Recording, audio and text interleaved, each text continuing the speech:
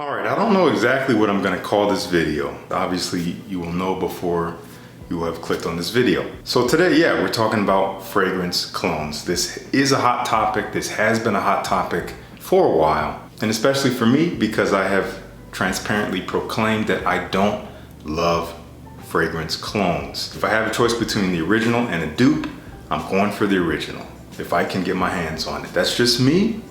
I'm an artist, and there are sensibilities that I do take into account and that do affect me when making that decision. I will dive a little bit more into that throughout this video.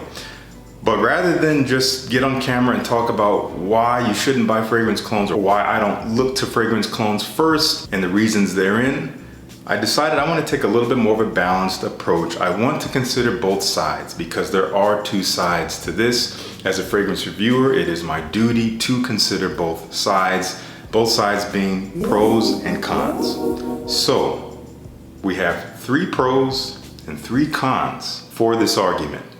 But to add a little bit more balance, as I just said, I'm going to add a counter to each pro and each con.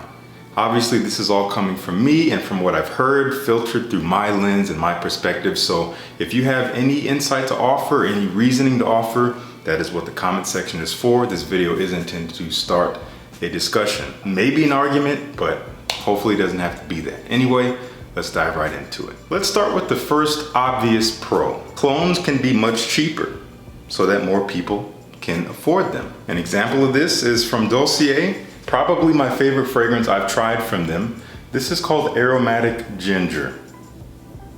This is a clone of a very expensive fragrance from Louis Vuitton called L'Immensité. If you smelled L'Immensité, you would know that it is a very mainstream fragrance. Louis Vuitton is the designer brand, and this fragrance is not shy at all about being mainstream, but it's really pleasant. It's very fresh, kind of metallic smelling, kind of clean smelling, quite strong, but $280?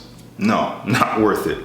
You can get this for 29 bucks, and it smells just like it. Smells just like it. It is kind of incredible. This one really surprised me from Dossier. However, it's not all fun and games. I'm gonna provide a counter argument to that. Let's talk about the need for instant gratification. That is a plague in our society today, and it's only getting worse. It is perpetuated and it is catalyzed by social media, by how easy it is to consume content very quickly, how easy it is to purchase things very quickly at the tap of a finger.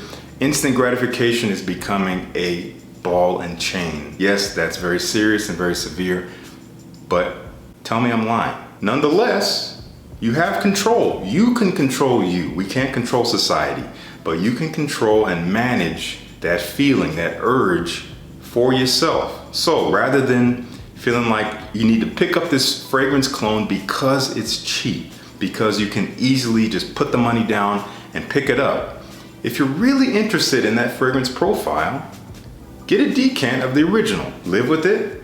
If you love it, only if you love it, then it might be worth foregoing 2 to 3 to 4 or 5 cheaper fragrances, clones or not, and saving up for that original bottle of the original fragrance. Whatever it may be, niche or designer, doesn't matter. Just because it's low-hanging fruit doesn't mean you have to grab it. No shame if you do, but just know that there is another way. There's an option. All right, let's talk about one of the cons. This is, again, a personal sentiment. Clones of fragrances is essentially artistic plagiarism. This is not illegal in perfumery, but it is morally disappointing at best. But let's provide a counter argument, which is this happens all the time. It's kind of a part of the landscape, and it's almost an expected expense or cost of damages when dealing with the arts.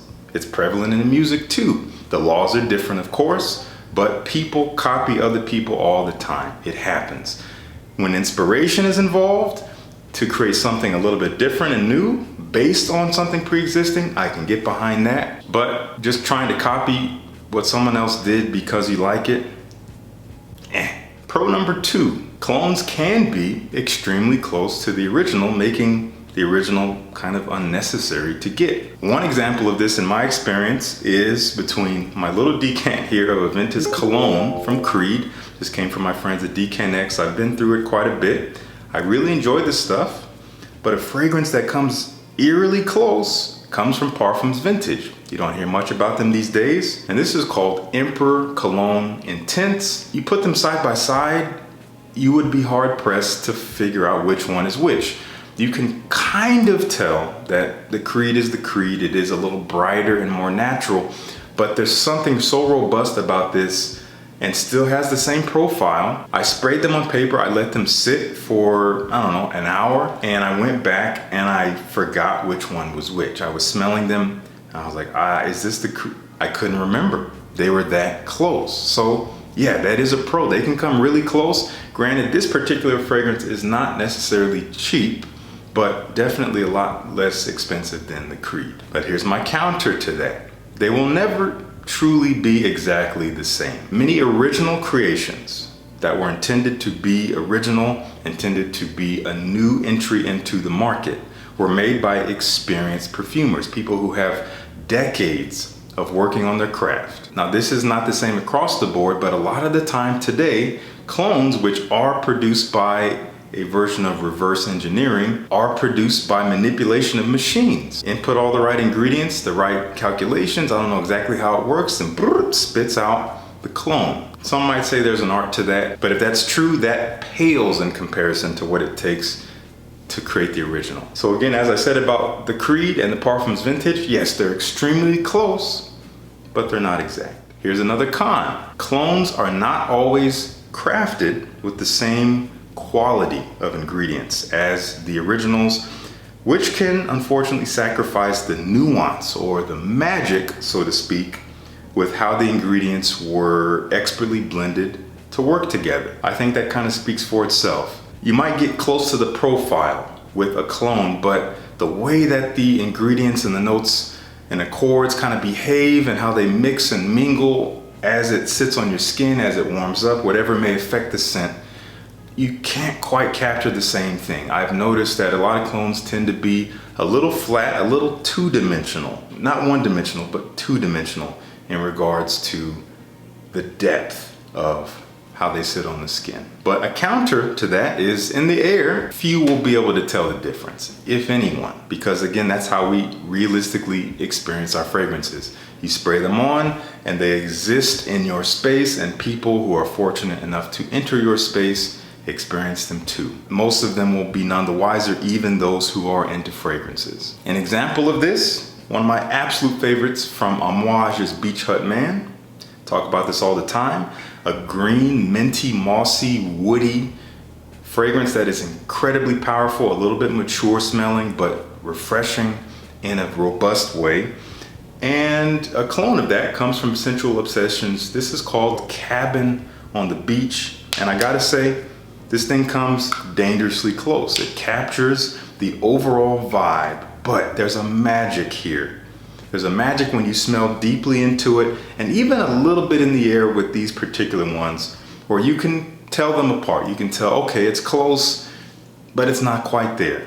The ingredients are not the same, and there's no shame in that, but the outcome is undeniable. But nonetheless, people may not tell. Here's our third pro. Clones can make previously discontinued or heavily reformulated fragrances accessible again. So for instance, from Parfums Vintage, they have a fragrance called Imbue. I used to talk about this all the time. I don't talk about it all that much anymore, but I do still really enjoy it. This is a clone of the discontinued Gucci Pour Homme 2, which is fetching disgusting, abhorrent prices online. Do not pay $300+ for that fragrance. I'm sorry, you might as well get this. This thing comes so close, not exact, but so close that you can probably get this, I think maybe for $80, and you get the same profile. In fact, you get one that's even a little bit smoother in quality, perhaps, and one that actually performs a little bit better. It's tea, it's cinnamon, it's violet leaf, so it's kind of fresh, but it's herbal and relaxing and a little sweet and warm.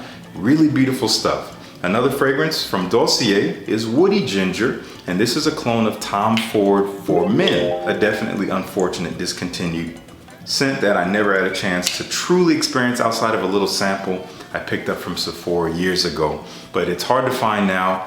Incredible ginger-based, woody, fresh, but kind of deep and rich fragrance that is quite masculine, a little old school, but still very modern. So colognes can bring those fragrances closer to the ground, and you don't have to cut off your leg to get them. And honestly, in regards to a counter argument, I don't have a counter to that. What I just talked about is the biggest point of value of colognes, in my opinion. When done this way, colognes actually have a purpose and a function that serves you because it allows you to get something you would not be able to get otherwise, because the other thing is not even really accessible. It's not even out there anymore. So that I can get behind. Now, final con. This does kind of tie back to the first con I think I talked about. Colognes unfortunately take the artistry out of perfumery for the sake of popularity and or profit. I don't think I really need to explain that. So let's jump right into the counter argument to that, which is that the designer fragrance market at large, which was for a time in close proximity to artistry in perfumery, has already done this. They've already sacrificed artistry in perfumery, and the example is all the flankers. All of these flankers that hardly do anything different from their predecessors. However, there are some exceptions. Just in the past 5 years or so, we have seen some brands actually make an effort to give us something that is pushing the envelope forward. Maybe they didn't sell well, but they're still trying. Stuff like Gucci Guilty Absolute. Absolutely love this fragrance.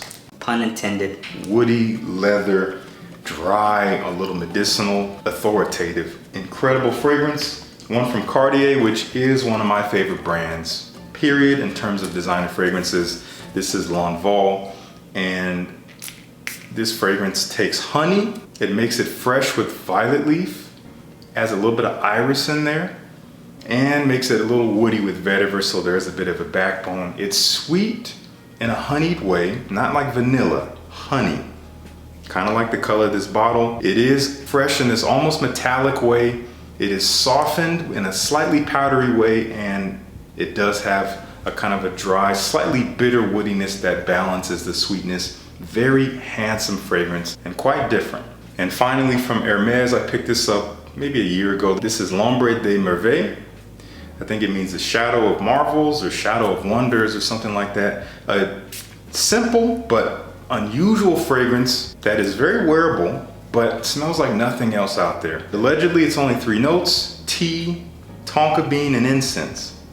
And I get that vibe. It is sweet in a slightly rich way. It is a little bit fresh and airy, not in terms of fire smoke, but definitely like a cooling incense. And there is this herbaceous, calming, relaxing tea vibe. But there's more to it than that. There's almost a soapy, fruity quality that surrounds the fragrance, like a red berry of some kind with like sea foam. That sounds really weird, but it works. Very different, very interesting, very beautiful. So there are a few fragrances from some mainstream brands that are still trying. Okay, that's gonna do it for me. Those are some points that I had floating around in my mind about fragrance colognes. Let's have a conversation, a respectful one. If you disagree with me, you don't have to attack me. You can just tell me how you feel. We can have a conversation down in the comments. So I really look forward to speaking with you down there. Thank you so much for tuning in. Peace. I'll see you in the next one.